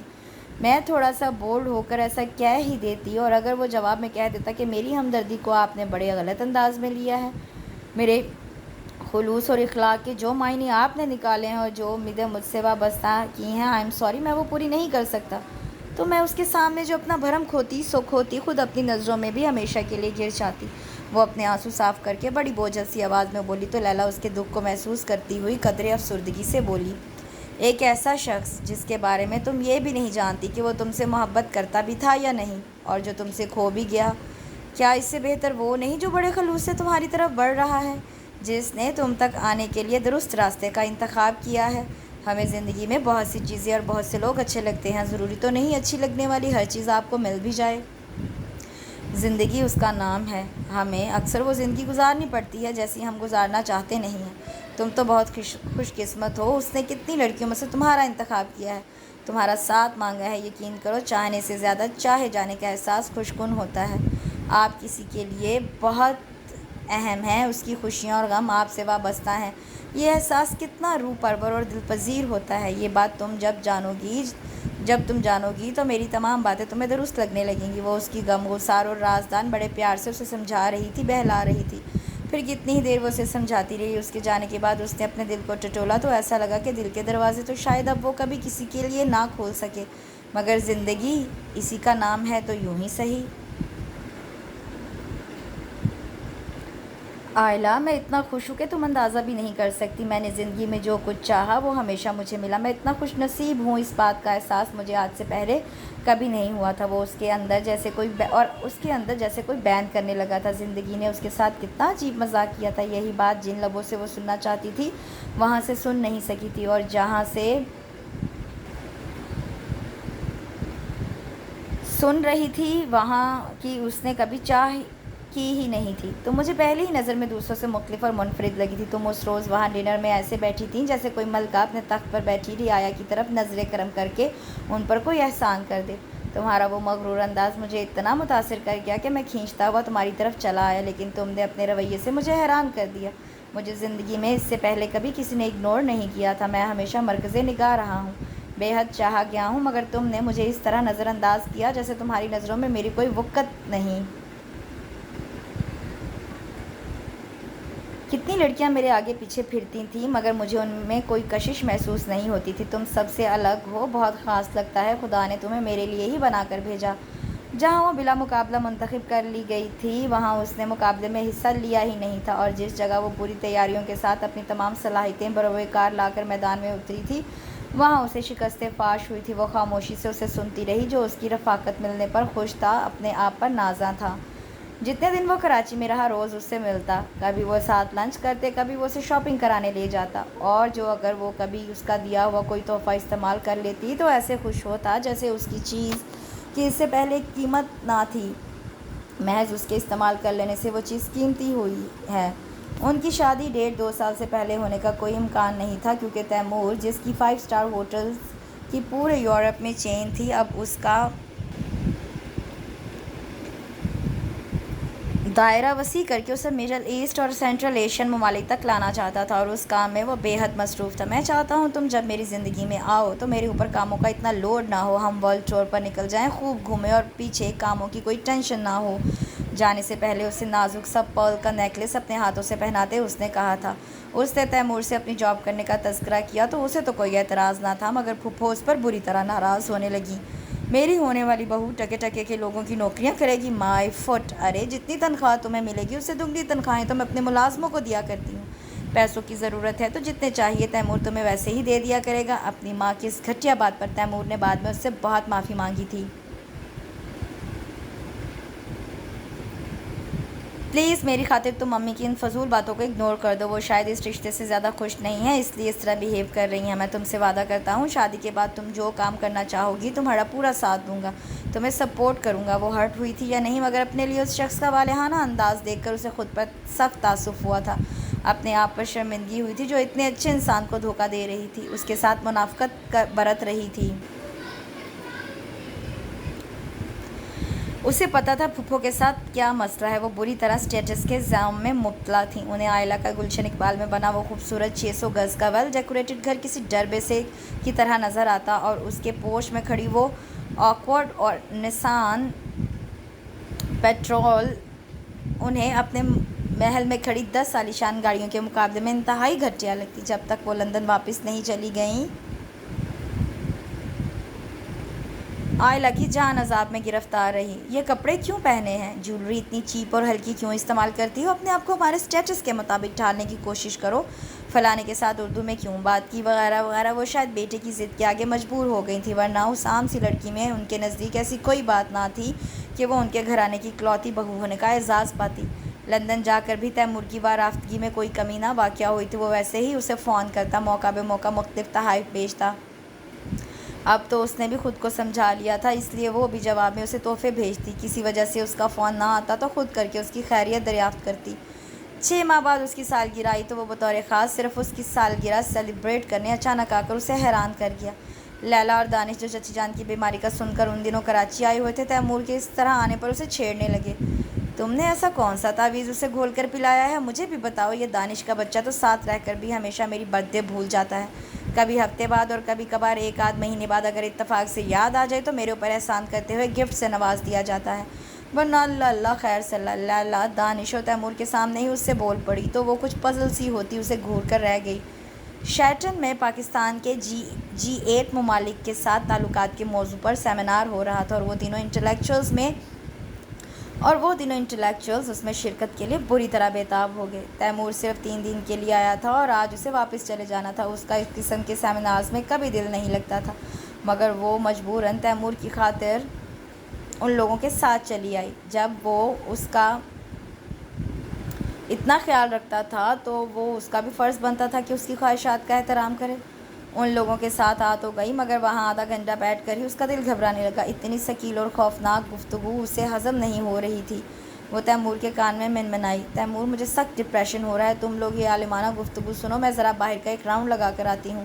اس کی بات پر وہ مسکرا دیا تھا۔ اتنی دیر بھی وہ صرف اس کی خاطر بیٹھی رہی، اس لیے سر ہلا کر اسے جانے کی اجازت دے دی۔ اجازت ملنے کی دیر تھی۔ وہ سر پر پاؤں رکھ کر اس گھٹن زدہ ماحول سے باہر نکل آئی اور ادھر ادھر تفریحاً گھومنے لگی۔ سامنے سے آتے اس شخص کو دیکھ کر وہ ٹھٹک کر رک گئی اور پھر اگلے ہی لمحے وہ اس سے کترا کر اسے نظر انداز کر کے گزر جانا چاہتی تھی، مگر اس کے قدموں کو زمین نے جکڑ لیا تھا۔ وہ چاہتے ہوئے بھی وہاں سے نہ ایک قدم آگے بڑھ پائی نہ پیچھے آ پائی، اور وہ اسے دیکھ کر صرف ایک لمحے کو حیرت سے منجمد ہوا تھا۔ اگلے ہی پل وہ تیز قدموں سے درمیانی فاصلہ مٹاتا اس کے روبرو تھا۔ اپنے کہے ہوئے الفاظ کے مطابق اصولاً تو تمہیں مجھے پہچاننے سے انکار کر دینا چاہیے۔ وہ اس کے سامنے کھڑا بغور اسے دیکھتا بے حد خوش نظر آ رہا تھا۔ صرف تمہاری وجہ سے روز BBC دیکھتا ہوں کہ شاید تم نے کوئی تیر مار ہی لیا ہو، مگر افسوس، صد افسوس۔ وہ اتنا خوش پتہ نہیں کس بات پر تھا۔ کچھ تو بولو، یہی کہہ دو کہ تم نے مجھے پہچانا نہیں ہے۔ وہ اس کی مسلسل چپ سے عاجز آ کر بولا تو وہ کسی شوق کی کیفیت سے نکل کر بمشکل بول پائی، کیسے ہیں آپ؟ لہجہ بڑا فارمل سا تھا۔ وہ اس کے فارمل سے انداز اور اجنبی رویے پر اپنی حیرت چھپاتا ہوا بولا، میں تو خیر ٹھیک ہی ہوں، تم اپنی سناؤ، کیسی ہو، کیا کر رہی ہو؟ پھر اس کے جواب کا انتظار کے بغیر بولا، میرا خیال ہے کہیں آرام سے بیٹھ کر باتیں کرتے ہیں، اور چلنے کے لیے قدم یوں آگے بڑھائے جیسے یقین تھا کہ وہ بھی کہیں بیٹھنے کے لیے بے چین بیٹھی ہے۔ وہ اپنے آپ کو اس کے ساتھ چلنے سے روکنا چاہتی تھی، مگر اس کے قدم خود بخود اس کے پیچھے اٹھ رہے تھے۔ اسے سست رفتاری سے چلتا دیکھ کر وہ بھی آہستہ چلنے لگا۔ پھر ایک میز منتخب کر کے وہ کرسی گھسیٹ کر بیٹھتا، اسے بھی بیٹھنے کی آفر کرنے لگا تو وہ بیٹھ گئی۔ ترنگ میں میز پر انگلیاں بجاتا وہ بڑا ایکسائٹڈ نظر آ رہا تھا، اس کے میز کی سطح کو گھورتے ہوئے چہرے کو بڑی فرصت سے جانچتا، جیسے اس کا ایکسپریشن پڑھ لینا چاہتا ہو۔ آج مجھے یقین آ گیا ہے کہ دنیا اتنی وسیع بھی نہیں ہے کہ اس میں جو ایک بار کھو جائے دوبارہ کبھی مل بھی نہ پائے۔ تمہیں یقین تھا کہ ہم آئندہ کبھی ملیں گے؟ وہ اس سے عجیب لایعنی باتیں کر رہا تھا۔ اسے اپنے ملنے پر اس کا اتنا خوش ہونا اس کے لیے بڑا تعجب خیز تھا۔ کچھ دیر اس کے جواب کا انتظار کر کے وہ خود ہی بولا، تمہیں نہیں لگتا ہم ہمیشہ فلمی انداز میں اچانک اتفاقاً ایک دوسرے سے ملتے ہیں؟ میں نے تو ابھی بڑی سنجیدگی سے یہ فیصلہ کیا ہے کہ آئندہ کبھی فلموں کا مذاق نہیں اڑایا کروں گا، بھلے سے ہیرو آرکیٹیکٹ بنے یا پائلٹ۔ وہ اپنی بات پر خود ہی کھلکھلا کر ہنس پڑا اور جواب میں وہ مسکرا بھی نہیں سکی۔ اسے اتنا سنجیدہ اور خاموش دیکھ کر وہ بھی خاموش ہو گیا اور بڑی سنجیدگی سے بولا، 2 سال اتنا طویل عرصہ تو نہیں ہوتا کہ کوئی پورے کا پورا چینج ہو جائے، مگر تم مجھے بہت بدلی ہوئی محسوس ہو رہی ہو لڑکی، کچھ تو بولو، اتنی دیر سے میں ہی بولے چلے جا رہا ہوں۔ بات کے اختتام پر وہ شگفتگی سے مسکرایا اور وہ بدقت خود کو سمجھاتی سنبھالتی اس سے بولی، آپ یہاں کیسے آئے ہیں؟ کسی مہم کے سلسلے میں؟ وہ جو اس انتظار میں تھا کہ ابھی وہ لڑکی کہہ جانے پر اپنے سابقہ انداز میں روٹھے لہجے میں بولے گی کہ میرا نام لڑکی نہیں، میں عائلہ ہوں، عائلہ اکرام۔ اس کے غیر متوقع جواب پر وہ کتنی ہی دیر چپ بیٹھا رہا۔ مہم ہی سمجھ لو۔ کافی دیر بعد اس نے جواب دیا تو لہجہ بڑا گمسم سا تھا۔ وہ ایکسائٹمنٹ اور جوش و خروش کچھ سرد پڑ گیا تھا۔ عائلہ، تمہیں مجھ سے مل کر کوئی خوشی نہیں ہوئی؟ وہ اس کے چہرے پر موجود تاثرات کو سمجھ نہیں پا رہا تھا، جیسے وہ خوش ہونا بھی چاہتی ہے اور ہو بھی نہیں پا رہی، یوں جیسے کوئی بات، کوئی چیز اسے ایسا کرنے سے روک رہی ہے۔ اس چہرے پر موجود ہر تاثر کو وہ بڑی آسانی سے پڑھ لیا کرتا تھا کہ یہ چہرہ بڑا سچا، کھرا اور منافقت سے پاک تھا، مگر آج وہ اسے حیران کر رہی تھی اپنے عجیب و غریب رویوں سے۔ میں آپ سے مل کر خوش کیوں نہیں ہوں گی؟ آپ میرے محسن ہیں، آپ کے بڑے احسانات ہیں مجھ پر۔ بڑی دیر سے میز کو گھورتی سر اوپر اٹھا کر بڑی ہمت کر کے براہ راست اس کی آنکھوں میں دیکھتے ہوئے بولی اور فوراً ہی اپنی نظریں دوبارہ میز پر مرکوز کر دیں کہ ان آنکھوں کو وہ اپنا کوئی بھید نہیں دینا چاہتی تھی۔ تم مجھ سے ناراض ہو نا، مجھے پتہ ہے، اور میرا خیال ہے کہ اس ناراضگی میں تم حق بجانب بھی ہو۔ کتنا سمجھایا تھا مجھے پیٹر نے، وہ دوست میرا تھا مگر فیور تمہیں کرتا تھا۔ اس کی اس بات پر اس نے سر اٹھا کر حیرت سے اس کی طرف دیکھا تو وہ بڑی بے بسی سے مسکرا دیا۔ پتہ نہیں وہ اپنی کس غلطی کا اعتراف کر رہا تھا۔ کچھ دیر کی خاموشی کے بعد وہ اس سے مخاطب ہوا، آئلہ، مجھے اپنی خوش قسمتی پر کوئی یقین نہیں تھا۔ میں سوچ بھی نہیں سکتا تھا کہ تم دوبارہ کبھی مجھے ملو گی۔ اپنے خیال سے تو میں نے تمہیں ہمیشہ ہمیشہ کے لیے کھو دیا۔ اس روز جب میں تمہیں چھوڑ کر جا رہا تھا تو تمہاری وہ ناراض اور شکایت کرتی نظریں میرے ساتھ ہی تھیں، اور پھر ان نظروں نے ہمیشہ میرا پیچھا کیا۔ وہ پتہ نہیں کون سی زبان بول رہا تھا جسے وہ سمجھ نہیں پا رہی تھی، مگر اچانک اسے محسوس ہوا کہ ہاتھ میں پہنی وہ قیمتی انگوٹھی اسے چبھنے لگی ہے۔ اپنی اس کیفیت سے گھبرا کر وہ اس سے کچھ کہنا ہی چاہتی تھی کہ وہ بول پڑا، کچھ مت کہو، صرف مجھے سنو، میں تم سے سچ بولنا چاہتا ہوں، صرف تمہارے ساتھ میں وہی بولنا چاہتا ہوں جو میرے دل میں ہے۔ مجھے یہ بات قبول کرنے میں کوئی حرج محسوس نہیں ہوتا کہ تم وہ پہلی اور آخری لڑکی ہو جو میرے دل کے دروازے پر لگا داخلہ منع ہے کا بورڈ نظر انداز کرتی بڑے آرام سے اندر آ گئی، اس طرح کہ میں تمہیں وہاں سے کبھی نکال بھی نہیں سکا۔ میں جو لڑکیوں میں بہت بدتمیز، بہت رود اور ill mannered مشہور تھا، ایک کمزور سی لڑکی سے ہار گیا۔ تمہیں یاد ہے نا، میں نے تمہیں بتایا تھا مجھے ہارنے سے نفرت ہے، مگر میں یہ بات بھول گیا تھا کہ ہر نپولین کے لیے ایک واٹر لو بھی ہوتا ہے، جو تم میرے لیے واٹر لو ہی ثابت ہوئیں۔ میں تم سے ہار گیا۔ مجھے نہیں معلوم تم مجھے پہلی بار کب اچھی لگی تھی، شاید اس وقت جب تم بڑی بے چینی سے میرا انتظار کرتی مجھے دیکھ کر بولی تھی، شکر ہے آپ واپس آ گئے۔ میں تو بہت پریشان ہو گئی تھی، یا شاید اس وقت جب مجھ سے لڑ جھگڑ کر خیمے سے باہر چلی گئی تھی، یا پھر جب پتھر پر بیٹھی مجھے بد دعائیں دے رہی تھیں، مگر اتنا تو مجھے اس وقت بھی پتہ تھا کہ میں تم سے اپنی عادت کے برخلاف بہت رعایت برت رہا ہوں، مگر اپنے آپ سے بھی یہ بات قبول کرنے کے لیے میں ہرگز آمادہ نہ تھا۔ میرا خیال تھا کہ یہ سب وقتی کیفیت ہے، یا شاید ماحول کا اثر ہے جو میں تم میں اتنی دلچسپی لے رہا ہوں۔ اس کے منہ سے یہ باتیں سن کر کچھ دیر کو وہ سب کچھ بھول گئی۔ اپنی انگلی میں موجود وہ انگوٹھی بھی اسے یاد نہ رہی، بس سر جھکائے اسے سنتی رہی۔ اپنی اس کیفیت کو میں نے اس وقت تک کوئی اہمیت نہ دی تھی جب تک وہ واقعہ رونما نہیں ہوا تھا۔ اس روز اپنا وہ اشتعال بے تحاشا غصہ مجھے خود حیران کر گیا تھا۔ بڑی مشکلوں سے میں نے خود پر ضبط کیا تھا، ورنہ دل تو میرا یہ چاہ رہا تھا کہ ان کے ٹکڑے ٹکڑے کر دیتا۔ ٹھیک ہے، تمہاری حفاظت کی میں نے ذمہ داری قبول کی تھی، مگر میرا رویہ محض ذمہ داری بھگتانے والا نہیں تھا۔ اپنی اس کیفیت پر میں خود سے ہی ناراض ہو گیا تھا، اور جلد سے جلد تمہیں تمہاری منزل پر پہنچا کر ان کیفیات سے چھٹکارا پانا چاہتا تھا۔ میرا خیال تھا یہ وقتی ابال ہے جو وقت گزرنے پر خود ہی ختم ہو جائے گا، مگر تم سے دور جا کر میں نے جانا کہ وہ کمزور، بزدل اور ڈرپوک لڑکی جو میرے ہاتھ سے تھپڑ کھا کر میرے ہی گلے لگ کر آنسو بہاتی ہے، اسے میں کبھی فراموش نہیں کر سکتا۔ خود سے لڑتا جھگڑتا جب میں ہار مان گیا اور تمہاری تلاش میں واپس نیروبی آیا تو پتہ چلا کہ میں نے تمہیں واقعتاً کھو دیا ہے۔ اپنی کوتاہ اندیشی کے سبب پھر میں جو ان حرکتوں کو چیپ رومانٹزم کا کہا کرتا تھا، اس عرصے میں کہاں کہاں تمہیں ڈھونڈتا رہا۔ تم نے کتنی مرتبہ مجھے اپنے بارے میں بتانے کی کوشش کی تھی اور میں نے سننا گوارا نہیں کیا تھا۔ مجھے تو یہ بھی نہیں معلوم تھا کہ تم پاکستان میں کہاں رہتی ہو۔ اس درخت کو میں نے گھنٹوں بیٹھ کر تکا ہے جس پر تمہارا اور میرا نام لکھا ہوا ہے۔ آئلہ، کیا وہ دن زندگی میں دوبارہ آ سکتے ہیں؟ تم میرے لیے کافی بنا کر لا رہی ہو، ہم ایک ساتھ جھیل کنارے بیٹھے ہیں۔ وہ وقت کتنا خوبصورت تھا۔ وہ جیسے کہیں کھو گیا تھا اور وہ اچانک کسی خواب سے جاگ گئی تھی، ایک دم کرسی چھوڑ کر کھڑی ہو گئی جیسے یہاں سے بھاگ جانا چاہتی تھی۔ پلیز بیٹھ جاؤ آئلہ، میری ساری بات سن لو۔ میں تمہیں کسی بات کے لیے مجبور نہیں کر رہا، مگر کم از کم تم میری بات تو سن سکتی ہو۔ میں نے آج تک اپنا آپ کسی کے سامنے نہیں کھولا، آج تم سے کہہ رہا ہوں، پلیز میری بات سن لو۔ وہ بڑی عاجزی سے بول رہا تھا اور وہ دو متضاد کیفیتوں کا شکار دوبارہ بیٹھ گئی۔ محبتوں پر سے میرا یقین اٹھ گیا تھا۔ میں سوچتا تھا کہ محبت سب بکواس باتیں ہیں، ان کا دنیا میں کوئی وجود نہیں ہے۔ میرے ماں باپ نے محبتوں پر سے میرا ایمان اٹھوا دیا تھا۔ انہوں نے سارے زمانے سے ٹکر لے کر ایک دوسرے سے محبت کی شادی کی تھی، مگر میں نے جب ہوش سنبھالا تو مجھے ان کے درمیان کہیں کوئی محبت نظر نہیں آئی۔ وہ ایک دوسرے سے بیزار ہمیشہ جاہلوں کی طرح لڑتے نظر آئے۔ پھر جب میں 16 سال کا تھا تو انہوں نے بڑے آرام سے ایک دوسرے سے علیحدگی اختیار کر لی۔ میں بھی ان کے اس فیصلے کے راستے میں رکاوٹ نہ بن سکا، اور کچھ ہی عرصے بعد دونوں نے اپنی اپنی نئی دنیایں آباد کر لیں۔ میں اکیلا رہ گیا۔ میرے ماں باپ کو میری ضرورت نہیں تھی۔ پاپا امریکہ میری پڑھائی کے پیسے بھیج کر اپنی نئی بیگم اور بچوں کے ساتھ مصروف، اور ماما کے پاس تو اس کے لیے بھی وقت نہ تھا۔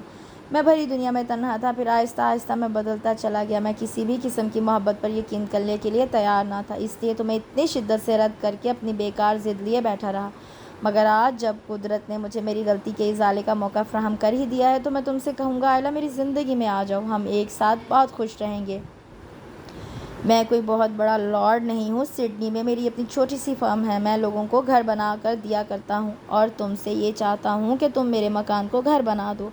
اتنی سی بات کہنے میں اتنی دیر لگا دی۔ اب جب سب کچھ ختم ہو گیا ہے، اب آئے ہو۔ وہ اس کی بات کے جواب میں سوچ رہی تھی، اور وہ چپ اس کی آنکھوں سے گرتے آنسو دیکھ رہا تھا۔ پھر وہ اسے دو ٹوک انداز میں سب کچھ بتانے کا سوچ کر آنکھیں خشک کرتی اسے کہنے ہی والی تھی کہ اسے اس طرف آتا تیمور نظر آیا۔ اسے نہیں پتا تھا وہ غلطی پر ہے، کس جگہ اس سے بھول ہوئی، مگر اس وقت وہ خود کو مجرم محسوس کر رہی تھی، ان دونوں کی مجرم۔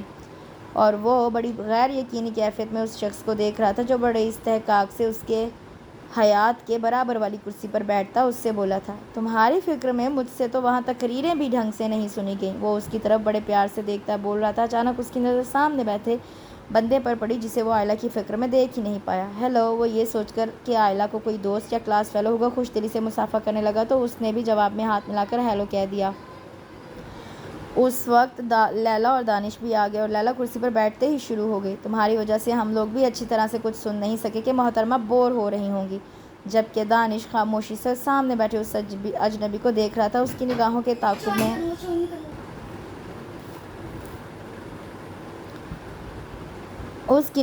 تعاقب میں لیلی نے بھی اس کی طرف دیکھا۔ تو قیامت کی گھڑی آخر آ گئی ہے، وہ خود کو حوصلہ دیتی بڑی دقت سے مسکرائی اور بولی۔ یہ ہارون ہے، اور ہارون یہ میری کزن ہے لیلی، یہ ان کے شوہر دانش، اور یہ میرے فیانسی تیمور۔ لیلی نے بڑی بے ساختگی میں پہلے اس شخص کو دیکھا جس کا روشن چہرہ یکدم بجھ گیا تھا، اور پھر اس کے سامنے بیٹھی اس لڑکی کو جو اس کی پیاری دوست تھی۔ کون کہتا ہے یہ لڑکی بزدل ہے؟ آؤ دیکھو، اس سے زیادہ بہادر کوئی نہیں ہو سکتا۔ کیا کوئی اس وقت اس کا چہرہ دیکھ کر بتا سکتا ہے کہ بظاہر بڑے پر اعتماد انداز میں مسکراتی اس لڑکی کا دل اس وقت دھاڑے مار مار کر رو رہا ہے؟ اس کی جگہ اگر میں ہوتی تو شاید میں بھی اس لمحے حوصلہ ہار جاتی۔ میں جو سب کی نظروں میں بہت بولڈ، بہت ایکسٹرا آرڈنری ہوں، میں بھی ہار جاتی۔ آئلہ میری جان، زندگی کے اس دوراہے پہ کھڑی تم اس وقت پل صراط کا سفر طے کر رہی ہو، میں جانتی ہوں۔ لیلی نے اپنی بے اختیار چھلکنے والی آنکھوں کو رگڑ کر توجہ تیمور کی جانب مبذول کر دی جو بڑی خوش مزاجی کے ساتھ ہارون سے مخاطب تھا۔ اور ہارون صاحب، آپ کی کیا مصروفیات ہیں؟ اگر وہ کمزور لڑکی بہادری کا مظاہرہ کر سکتی تھی تو پھر اسے تو اپنے مضبوط اعصاب اور بہادر ہونے کا دعویٰ تھا، اس لیے بڑی خندہ پیشانی سے مسکراتے ہوئے بولا۔ مصروفیات کیا، بس لوگوں کو ان کے خوابوں کی تعبیر بخشتے ہیں۔ سڈنی میں ایک چھوٹی سی فرم چلا رہا ہوں، آرٹسٹ آدمی ہوں، جیسا گھر لوگوں کے خوابوں میں ہوتا ہے میں اسے آن پیپر لے آتا ہوں۔ اس کے جواب پر دانش اور تیمور دونوں ہنس پڑے تھے۔ یعنی سیدھے سادے لفظوں میں آپ آرکیٹیکٹ ہیں؟ دانش نے مسکرا کر کہا تو اس نے اس بات میں سر ہلا دیا۔ آپ آئلہ کے فرینڈ ہیں تو ہمارے بھی دوست ہی ہوئے۔ بس یہ بات ابھی طے ہو گئی ہے کہ ہم لوگ شادی کے بعد آپ کے پاس سڈنی آئیں گے۔ سڈنی کا ساحل مجھے یوں بھی بہت پسند ہے، اور پھر وہیں ہم اپنا ایک گھر بنائیں گے جس کا نقشہ آپ بنائیں گے۔ کہیے آپ کو منظور ہے؟ تیمور بڑی بے تکلفی سے بولا تو اس نے ہنستے ہوئے کہا، بالکل منظور ہے جناب، اور آپ کے ساتھ تو میں کچھ کنسیشن بھی ضرور کروں گا، ورنہ پیسوں کے معاملے میں تعلقات کا لحاظ نہیں کیا کرتا۔ وہ بھی بے تکلفی سے مسکرایا تھا۔ لیلی اس شخص کے صبر و ضبط پر تعجب سے اسے دیکھ رہی تھی، جبکہ آئلہ بڑے آرام سے مسکرا کر ان لوگوں کی باتیں سن رہی تھی۔ کچھ دیر اور ان لوگوں کے ساتھ باتیں کر کے وہ بڑی گرمجوشی سے خدا حافظ کہتا کھڑا ہوا، ایک آخری نگاہ اس چہرے پر ڈالی جو شاید اس کا تھا ہی نہیں، اور وہاں سے چلا گیا۔ اس نے اسے جاتا دیکھنے کی زحمت گوارا کیے بغیر اپنی پوری توجہ تیمور سے باتوں پر لگا دی۔ لیلی کو اچانک ہی کوئی کام یاد آ گیا تو وہ ان لوگوں سے ایکسکیوز کرتی وہاں سے چلی گئی۔ 15-20 منٹ کے بعد وہ واپس آئی تو وہ تینوں کسی بات پر قہقہ لگا کر ہنس رہے تھے۔ رات تیمور کو ایئرپورٹ پر چھوڑ کر آنے کے بعد لیلی اس کے ساتھ ہی آ گئی تھی، اور اس کے کمرے میں آ کر وہ اس سے جو کچھ کہہ رہی تھی وہ اس کے لیے ناقابل فہم تھا۔ لیلی، تم کس قسم کی باتیں کر رہی ہو؟ وہ آخرکار تنگ آ کر بول پڑی۔ آئلہ، وہ تمہیں بہت چاہتا ہے، میں نے اس کی آنکھوں میں تمہاری سچی اور بے لوث محبت دیکھی ہے، اسے مایوس مت لوٹاؤ، اسے روک لو۔ لیلی کی اس بات پر وہ آپے سے باہر ہو گئی۔ وہ مجھے بہت چاہتا ہے، اس لیے میں اسے روک لوں اور کل کوئی اور میری محبت کا دعوے دار پیدا ہو جائے تو اسے چھوڑ کر اس کے ساتھ ہو لوں۔ لیلا بیگم، یہ خود سری اور خود غرضی کے جو سبق آپ مجھے پڑھانے کی کوشش کر رہی ہیں میں انہیں نہیں پڑھنا چاہتی۔ وہ بڑے تنفر سے بولی تو لیلا نے بڑی عاجزی سے اس کے ہاتھ تھام لیے۔ کیوں خود کو اذیت دے رہی ہو؟ تیمور بہت روشن خیال اور کھلے ذہن کا آدمی ہے، میں اسے سب کچھ بتا دوں گی، وہ انڈرسٹینڈ کر سکتا ہے، تمہارے اوپر کوئی آنچ نہیں آئے گی، میں سب کچھ ہینڈل کر لوں گی۔ دیکھو آئلہ، یہ زندگی صرف ایک بار ملتی ہے، بار بار نہیں جو ہم اسے ضائع کر دیں۔ وہ اتنی دور سے تمہاری تلاش میں آیا تھا، اس وقت میں اس کے ہی پیچھے گئی تھی، وہ کتنا تھکا ہوا اور نڈھال لگ رہا تھا، میں نے اس سے اس کا ایڈریس اور فون نمبر لے لیا ہے، تم دیکھنا سب کچھ ٹھیک ہو جائے گا۔ لیلا کی اس بات پر اس نے بڑی نفرت سے اس کے ہاتھ جھٹک دیے۔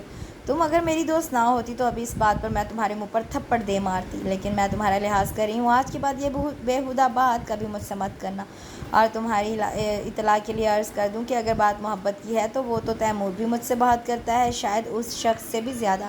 تمہارے سمجھانے پر ہی میں اس راستے پر آئی تھی اور اب پلٹنے کا سوال ہی پیدا نہیں ہوتا۔ لیلا بیگم، یہ یورپ یا امریکہ نہیں جہاں شادیاں اور منگنیاں ایک مذاق ہوتی ہیں، آج ایک سے کل دوسرے سے، یہ پاکستان ہے اور میں ایک مشرقی لڑکی ہوں جو اپنی کمٹمنٹ مرتے دم تک نبھائے گی، جس کے ساتھ پیمان باندھا ہے زندگی کے آخری لمحے تک اس کی وفادار رہوں گی۔ وہ ایک کڑی نگاہ اس کے چہرے پر ڈال کر کمرے سے باہر نکل گئی۔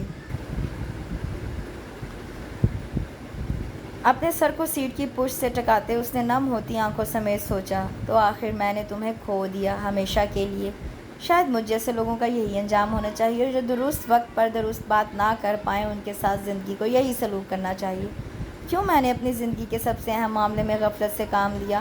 میرا خیال تھا کہ درِ دل پر دستک دیتی وہ لڑکی میرے انتظار میں کھڑی تمام عمر بتا دے گی، اور جب کبھی میں یہ در وا کروں گا تو وہ کھڑی میری راہ تک رہی ہوگی۔ یہ در بدری، یہ بے سکونی تو میری اپنی خریدی ہوئی ہے، مگر آج سوچوں تو دل میں خیال آتا ہے کہ میں ایسا تھا کیوں میرا محبتوں پر یقین نہیں تھا؟ ماما اور پاپا، آپ لوگوں نے اپنی اپنی دنیاؤں میں مگن، کبھی یہ سوچتے بھی نہیں ہوں گے کہ آپ کے رویوں سے نالاں ہو کر میں رشتوں سے، محبتوں سے ایسا بیزار ہوا کہ اپنی زندگی کی سب سے بڑی بازی ہار گیا۔ جب آپ نے اپنی 17 سالہ رفاقت کا خاتمہ بڑے سکون سے کیا تو آپ لوگوں نے ایک لمحے کو بھی رک کر میرے بارے میں نہ سوچا۔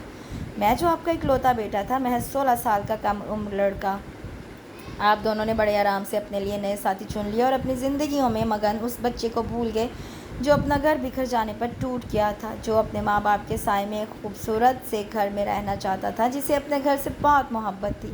لیکن میرے ساتھ ہوا کیا؟ میں تنہا رہ گیا، ساری محبتیں دم توڑ گئیں، ہاسٹلوں میں رہ کر آپ دونوں کی طرف سے پیسے اور تحفے وصول کرتے کر آخرکار میں ہر رشتے سے بیزار ہو گیا۔ میرا ایمان اٹھ گیا ہر رشتے پر سے، تمام محبتوں پر سے، یہاں تک کہ ایک وقت ایسا آیا جب آپ دونوں کو میری ضرورت پیش آئی، مگر میں اس وقت تک تمام ضرورتوں اور محبتوں سے بے نیاز ہو چکا تھا۔ گھر کا تصور مجھے پاگل کر دیتا تھا، میں جو لوگوں کو گھر بنا کر دیا کرتا تھا، تمام عمر اپنے مکان کو گھر نہ بنا سکا۔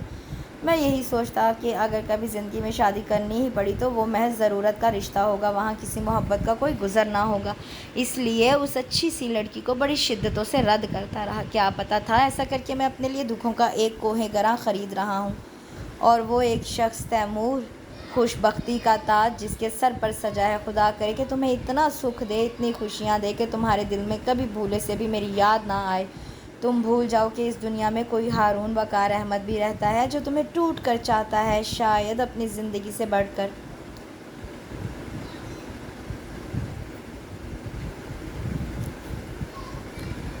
تیمور اور وہ جیولری کے ڈیزائن پسند کر کے ڈنر کرنے آ گئے۔ تیمور بے حد خوش تھا اور بہت سی باتیں کرنے کے موڈ میں بھی تھا، اسی لیے وہاں اچھی خاصی دیر ہو گئی۔ سردیوں کے دنوں میں رات کے 10 بجے آدھی رات لگ رہی تھی، اس نے ہی اسے وقت کا احساس دلایا تو وہ کھڑا ہوا۔ ان لوگوں کی شادی کی تاریخ طے ہو گئی تھی اور پھپھو اور تیمور ان دنوں اسے اس کی پسند کی جیولری اور ملبوسات خریدوانے میں لگے ہوئے تھے۔ پھپھو آج طبیعت کی خرابی کی وجہ سے ساتھ نہیں آ سکی تو تیمور اور وہ اکیلے ہی چلے آئے۔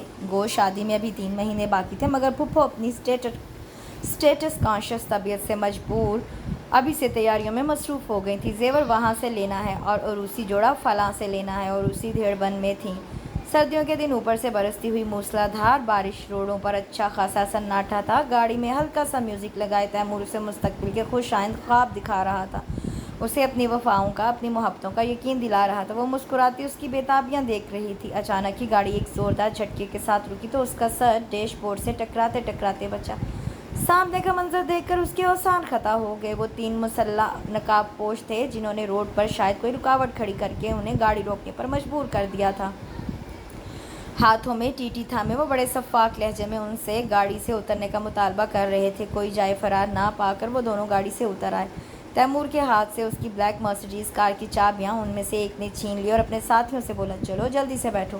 اس کا لہجہ بڑا سرد سا تھا۔ اس کی بات کے جواب میں ان میں سے ایک آگے بڑھ کر اس کی طرف آیا جو تیمور کے ساتھ لگی کھڑی تھر تھر کانپ رہی تھی۔ کچھ دیر کھڑا اس کو بڑی جانچتی نظروں سے دیکھ کر اپنے ساتھی سے بولا، یار خالی کھلی گاڑی لے جانے میں کچھ مزہ نہیں آ رہا۔ ایک تو یہ اسامی کچھ زیادہ ہی تگڑی لگ رہی ہے، پھر یہ چیز بھی اتنی بری نہیں ہے۔ کیا خیال ہے ذرا تاوان باوان کا ہی کوئی چکر چلا لیں گے؟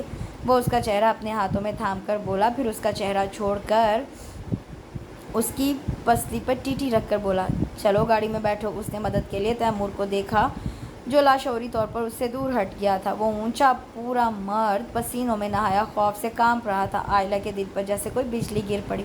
اس نے بڑی ہمت کر کے تیمور کی طرف بھاگ کر جانا چاہا تو اس آدمی نے اس کے منہ پر تھپڑ مار کر اسے زوردار دھکا دے کر گاڑی میں دھکیلنا چاہا۔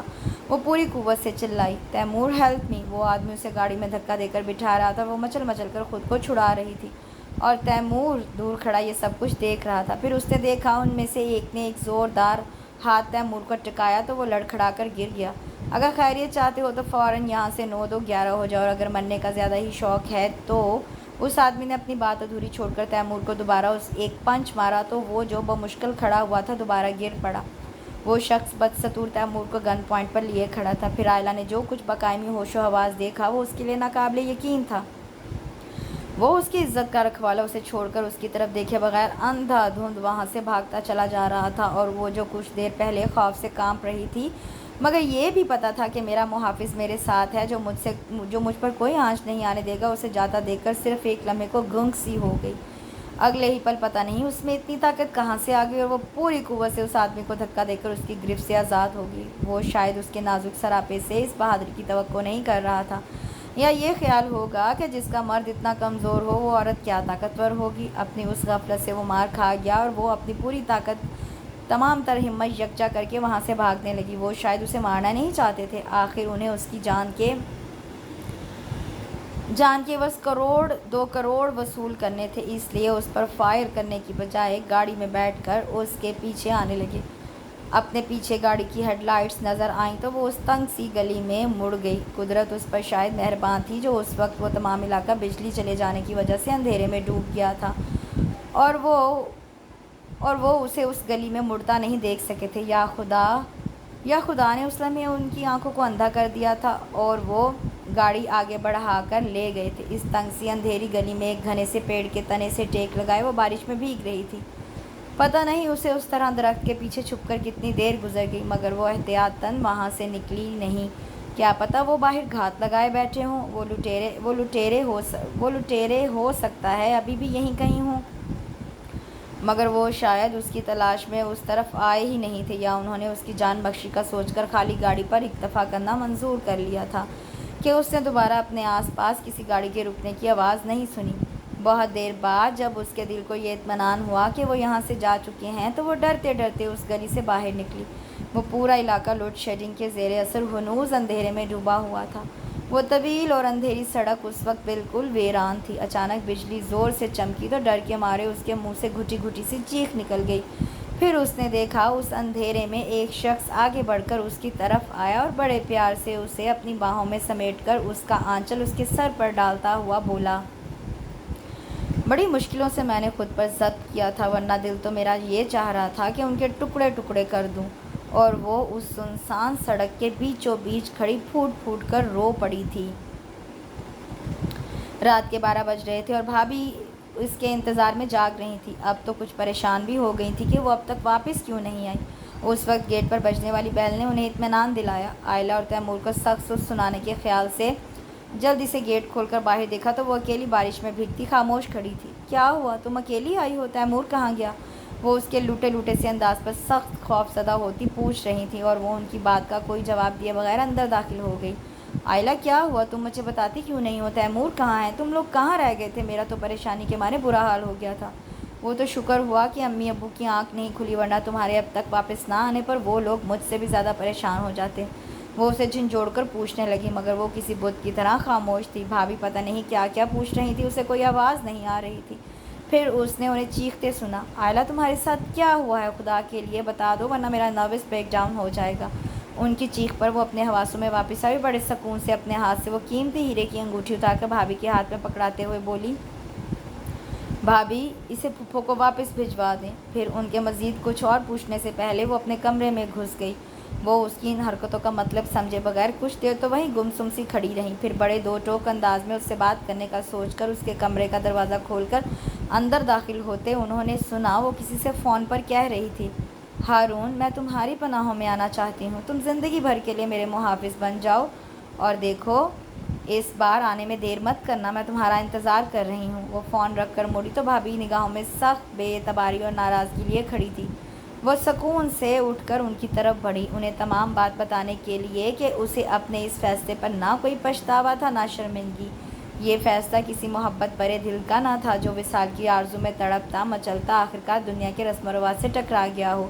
یہ فیصلہ کسی نئے زمانے کی الٹرا ماڈرن پڑھی لکھی لڑکی کا بھی نہیں تھا جو اپنی خوشیوں کے لیے بڑی خودسری اور سرکشی دکھاتی، کسی کی بھی پرواہ کیے بنا اپنی زندگی خود جینے کی خواہش کرتی، اپنے راستے میں آنے والی ہر رکاوٹ کو کک مارتی آگے بڑھ گئی تھی۔ یہ فیصلہ اس لڑکی کا تھا جو مشرق کی بیٹی تھی، محبت جس کا مسئلہ نہ تھا، دولت، اونچے اونچے محلات اور قیمتی گاڑیاں بھی جس کے لیے اہم نہیں تھیں، اس کے لیے اہم تھا اپنی عزت و ناموس کا تحفظ، اور یہ تحفظ فراہم کرنے کے لیے اسے ایک محافظ درکار تھا جو اس کا سائبان ہو، جو خود موسموں کی طرح تمام سختیاں اپنی ذات پر جھیل لے مگر اس پر کوئی آنچ نہیں آنے دے، جو کڑی دھوپ میں اس پر شجر سایہ دار بن کر رہے، جس کے ہوتے وہ سکون سے آنکھیں موند کر سو سکے، جو اس کی طرف کسی کو میلی آنکھ سے دیکھنے کی اجازت نہ دے، جو اس کی طرف اٹھنے والے ہاتھ کو توڑ کر رکھ دے، اور ایسے شخص کے ساتھ اسے اگر کسی جنگل میں رہنا پڑے تو رہ لے گی، وہ اسے کسی صحرا میں رکھے وہ خوشی خوشی رہے گی، وہ اسے کسی چھوٹے سے جھونپڑے میں رکھے وہ اس جھونپڑے پر فخر کرتی اپنی تمام عمر وہاں بتا دے گی، مگر کسی بے حمیت اور بے غیرت آدمی کا ساتھ اس مشرقی لڑکی کو قبول نہ تھا۔ سو وہ اپنے فیصلے پر بہت مطمئن تھی، اور وہ اس کا محافظ، اس کا رکھوالا اور اس کا سائبان بس آنے ہی والا تھا۔ اس کے ساتھ اس خوبصورت سی جنگل بیس اسٹوری کا اختتام ہوتا ہے۔ مجھے یقین ہے کہ آپ کو یہ ناول بہت پسند آیا ہوگا۔ کمنٹ سیکشن میں مجھے ضرور بتائیے گا کہ آپ کو یہ ڈفرینٹ سا ناول کیسا لگا۔ انشاءاللہ کل ایک نئے ناول کے ساتھ حاضر ہوں گی۔ اپنا بہت سا خیال رکھیے، دعاؤں میں یاد رکھیں۔ اللہ حافظ۔